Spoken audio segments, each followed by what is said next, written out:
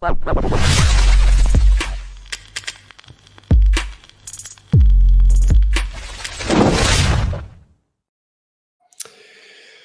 in, people. How we doing? Hopefully you're all well on this splendid Thursday day in Manchester today. Nice and hot. Just been for a walk. Nice weather today, bro. What's it like in Dublin, man? Chilling?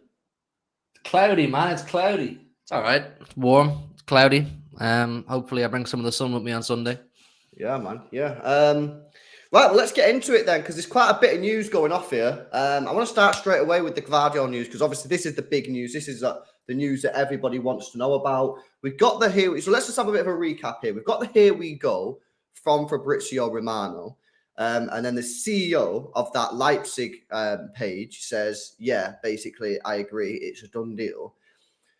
However, we are now getting conflicting information. Now, first things first, Fabrizio Romano said the second part of the medical would be completed today. However, that looks like that's not true. Well, it might be true. Obviously, there's still plenty of hours in the day.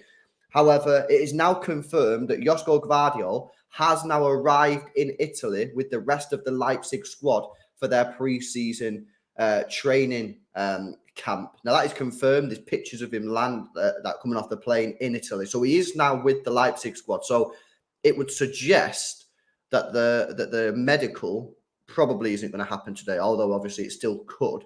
And it also maybe suggests that the deal isn't as far along as we were led to believe yesterday. Sky Sports in the UK have now been speaking on it, and they're basically getting their information from Sky Sports Germany. And now they're saying that Sky Sports Germany are telling them that they've spoken with Leipzig and the sources at Leipzig, and that a deal is quote unquote not close, and there is still a chance and still a possibility that Gvardiol will actually remain at Leipzig this season. So conflicting information. As fans, we're just in the middle, not really knowing what's happening, because we're being told one thing by one source and being told something else by another source. And it's quite frustrating for us fans because we just want to get the deal across. But where's your head at with this one, bro? I'm bored, man. I'm bored. I'm frustrated with it because, well, first of all, I need to say, like, we just talk about the news that we're given. Do you know what I mean? We're not in the know. We don't know anything about the ins and outs. I see some people in the chat saying that we gave false information yesterday. We just did a stream on what Fabrizio said. When Fabrizio gives a here we go, you tend to think the deal is 99% done and it's going to be done. So that's what we did. But I'm getting a bit bored of it, man. You know what I mean? Like yesterday, I thought we had the breakthrough. I thought, it was actually quite good timing. We got the Mahrez exit information about an hour before. They go and drip feed us then some good information, to kind of lift our moods again, that Gvardiol's a here we go, and he's going to complete the second part of his medical. I mean, he could still complete the second part of his medical in Italy over the next couple of days. We don't know, but it is a bit weird that he's traveled to Italy with a supposed transfer on the horizon. Like you see, Carlos Borges has a supposed transfer on the horizon to West Ham. He didn't travel to Asia with Man City. Likewise with Mahrez, he didn't travel to Asia with Man City. So it's a bit weird if he's going on preseason tour with Leipzig. But yeah, man, I don't know. The conflicting reports are getting annoying. Is Fabrizio in the wrong here? We don't know. Is Sky in the wrong? We don't know.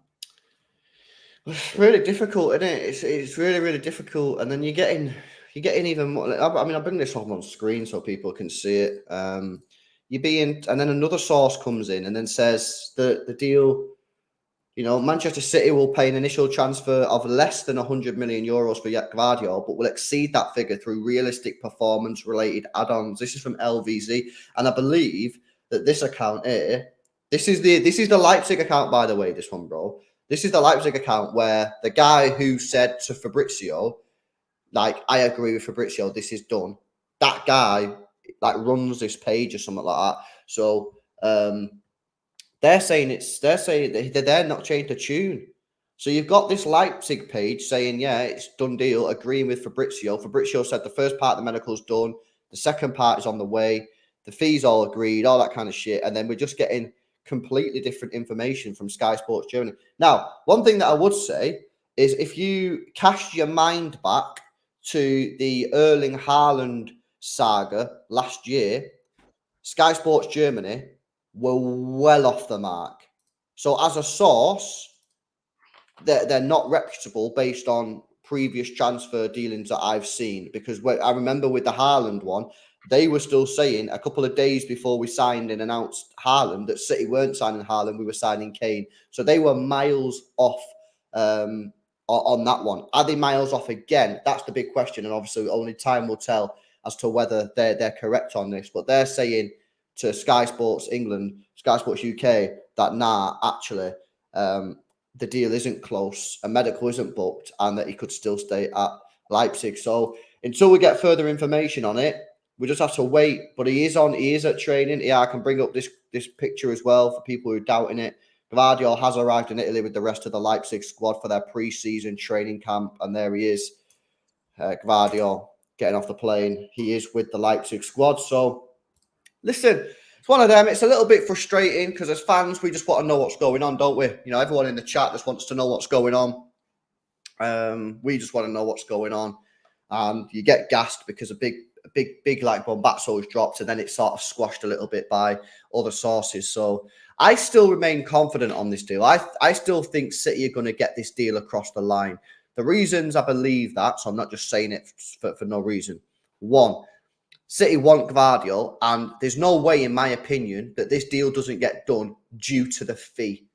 So, because we know that Leipzig want to make Gvardiol the record price defender in world football. They've said that for 18 months. So, City are not going to go into this deal thinking, oh, yeah, we're going to get him for 60 million quid. No, City know they have to pay 86 million pounds. They know that because Leipzig have said that for the last 18 months. Anyone that's follows City Extra on Twitter, Instagram, anyone that's followed us on transfer updates on the streams will know that because we've been saying it for 18 months.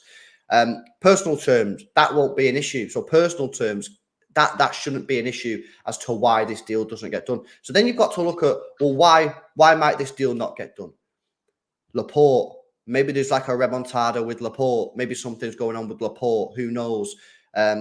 Maybe Gvardiol decides he doesn't want to join City. Very, very unlikely. You know, the reason, but then you look at the Laporte one, and I don't see Laporte having a remontada at City. I think he's gone. So you've got to look at the reasons why this deal can break down, and there's very few. And the few that are there are very unrealistic. So I'm still very, very confident this deal will get done. I think there's a minor delay. Maybe it's lawyers, maybe agents are asking for a couple of extra £1 million here or there, bro. But I'm still very confident on this. Very confident. I still think it's close to, if not a done deal at this stage. I really do. I don't think City would persist with this deal for as long as they have, to just get burnt at the very end. I think the deal is coming. There's just, like I always say with these big money moves, there's a lot of variables that you and I, we just don't know about. We don't hear about. They don't get publicized, but they are massive factors in the speed in which the deal gets done. So it's one of those ones that we kind of have to sit in our hands a bit and wait for some sort of final conclusion, confirmation. But it is a pain. I get the pain. I see people in the chat expressing their frustration. It is, you know, when you get a here we go yesterday, and we're all kind of celebrating and we're planning for what our defense is going to look like, for then it to be squashed and we're kind of going, oh, we're back to this again. So it's just one of those ones, man. You just gotta wait. Wait. I'm really confident still. Yeah, and as well, like even if you look at the press, like look at Mike Miner yesterday, who was one of the first after Fabrizio came out and was like, it's done. Although he said the deal is not agreed and the medical isn't done, he said that there is 100% interest from Manchester City in Gvardiol. So the only people really who are properly shitting on this deal at the moment are Sky Sports Germany, because they're the ones who are saying, nah, not even close, and he could stay in Leipzig. Even the British press, who have sort of rejected Fabrizio's approach of it's a done deal, here we go, have said that although the deal isn't done, City are in for him. So I think everyone needs to calm down on that one. Hopefully it'll get done in the next few days, because you don't want it dragging on and on and on, and there shouldn't really be any reasons why it drags on and on and on. But yeah, we'll leave that one for now. We've got some more information. The Raphinha deal. Now, this was a very, very interesting one. Of course, Manchester City were linked with Raphinha as a possible replacement for Riyad Mahrez. We've already said on the stream plenty of times that buckle yourself in, because we are going to be linked with every single winger under the sun. But this has come out. Neither Raphinha nor Barcelona know anything about interest from Manchester City. the player is happy and wants to stay at the La Liga club 100%, while manager Xavi has already given him confidence and support several times. And the source on that one is Tony Juan Marte from the Siempre pod. So, yeah, obviously we know that City are now going to be linked with many wingers. We'll obviously speak about them as we're linked with them, discuss it, see what people are saying about it, whether they're happy or not. But this one has been shut down quite quickly. Raphinha doesn't look likely based on that, bro. No. Listen, I'm not heartbroken, and I'm not surprised either. Do you know what I mean? Like I said yesterday, City, they're going to cast their net in this field really wide. They're going to link themselves with loads and loads of wingers and test the waters with loads and loads of wingers. Because, like I said, if you dial in on one and you make it clear that you're the only target, you're the only one we want, you can get stung on personal terms, you can get stung on transfer fees. So City are going to be strategic with this. This won't be the first time this will happen either. I would imagine we will chance our arm or test the waters. Like I said, with a few wingers, things like this will happen. I get Raphinha. You know, he's happy. He's living a good life in Barcelona. They just won the Liga. They're in the Champions League. They've signed Gundogan. They're building nicely. He wants to stay there for that.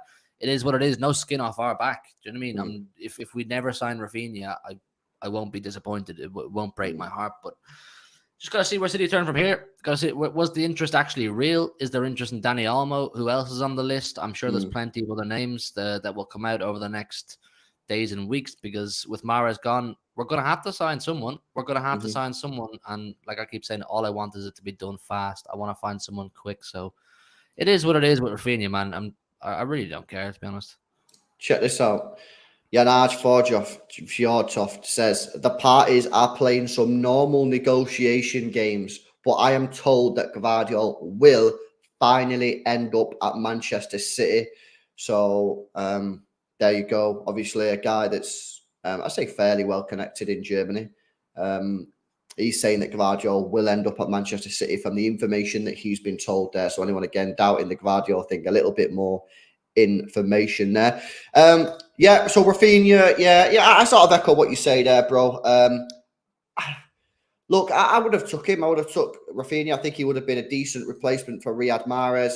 We've said it quite a lot. We ain't going to get, we're not going to get like a player that's absolutely mega in that position, like a fast-paced 20 goals a season player. We're not going to get that. But Raphinha would have been a decent option, but it looks like that's been shut down. Big up Edward for the super chat. Says Bradley Barcola from Lyon is a good young talent. Don't think I've heard of him, to be honest with you, bro. So I can't say anything on that one. I think he played against I watched the first half of United versus Lyon yesterday out of pure boredom. I think he was playing in that. But before we went live, I saw a lot of people in the chat giving props to whoever this guy is. So I don't know. I have to look into it. A little bit more transfer news for Manchester City today, and it's about an outgoing player. Fabrizio Romano has confirmed today with the breaking news that Manchester City and West Ham have a verbal agreement in place for the permanent transfer of Carlos Borges for a fee in the region of £14 million. Manchester City will include a buyback clause into the deal from Fabrizio Romano. Now, we don't know how much of this £14 million right here is sort of the main fee and how much is add-ons, or whether there's add-ons on top of that. That's the base fee. We don't really know at this moment in time. It's too early to tell.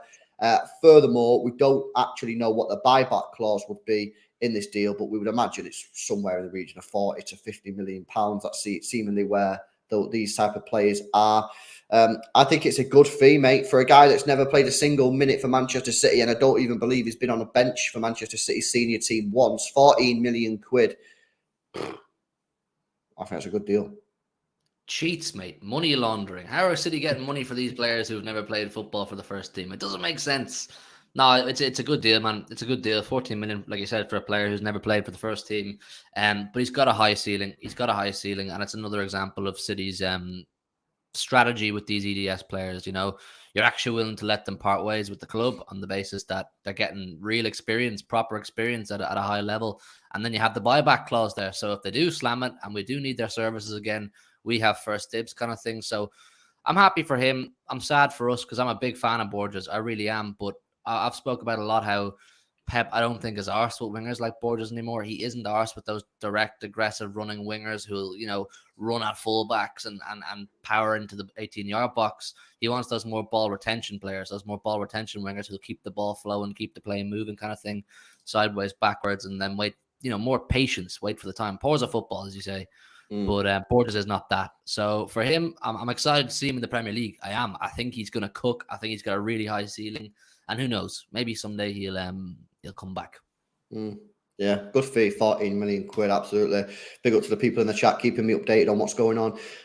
This is breaking news as well. Brighton want to sign Cole Palmer on a permanent deal rather on a loan deal. Okay, this then is going to be very, very interesting.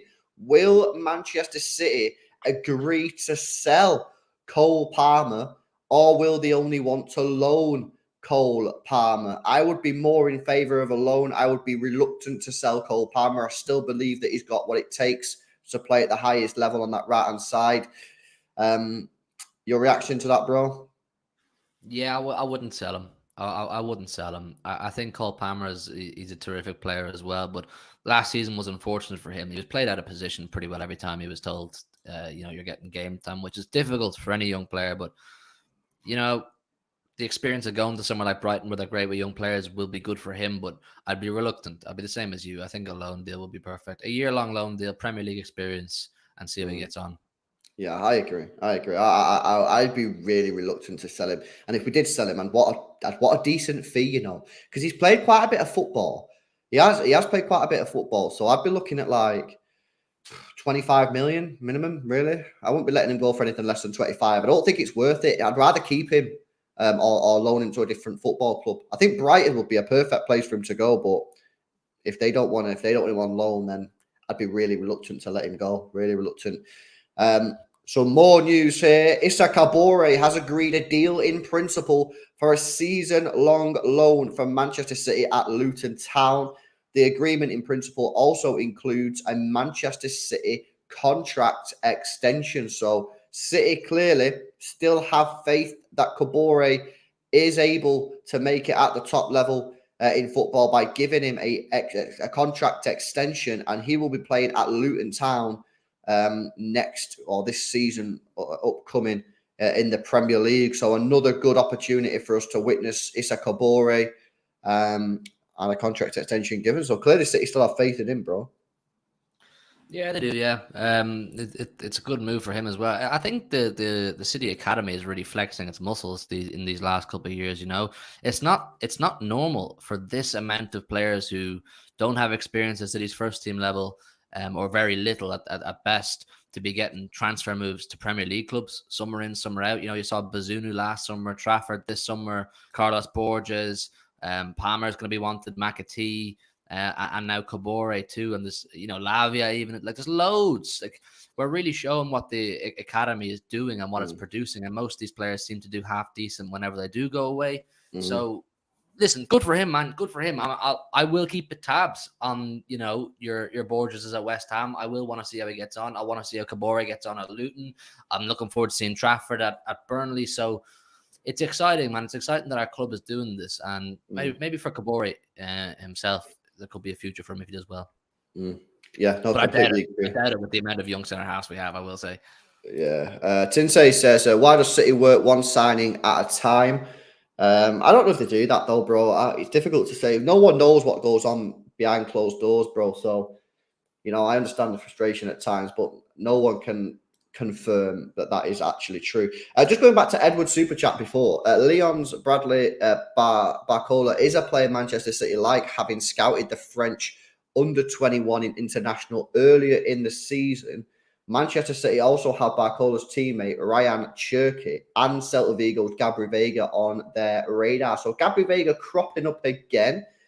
Ryan Cherki, I've seen a couple of links for him go to Chelsea, but maybe now Manchester City could potentially be looking at Cherki. I think we spoke about him a bit last night, but a couple of young players there. So I don't know. Maybe that's the way City want to go. They want to go for some young players rather than getting someone a bit more experienced. Yeah, I've seen Barcola is he's heavily linked with PSG, or PSG really want him. I don't know anything about Turkey. I really don't. I've never heard of him up until very recently. But Gabby Vega, yeah, cropping up again as always. I'm kind of bored of that name because I think if we were going to do it, we would have pulled the trigger or at least gone in properly at this stage. I don't know. We'll just have to see what happens. Yeah, no, absolutely. I think that's pretty much it on the updates.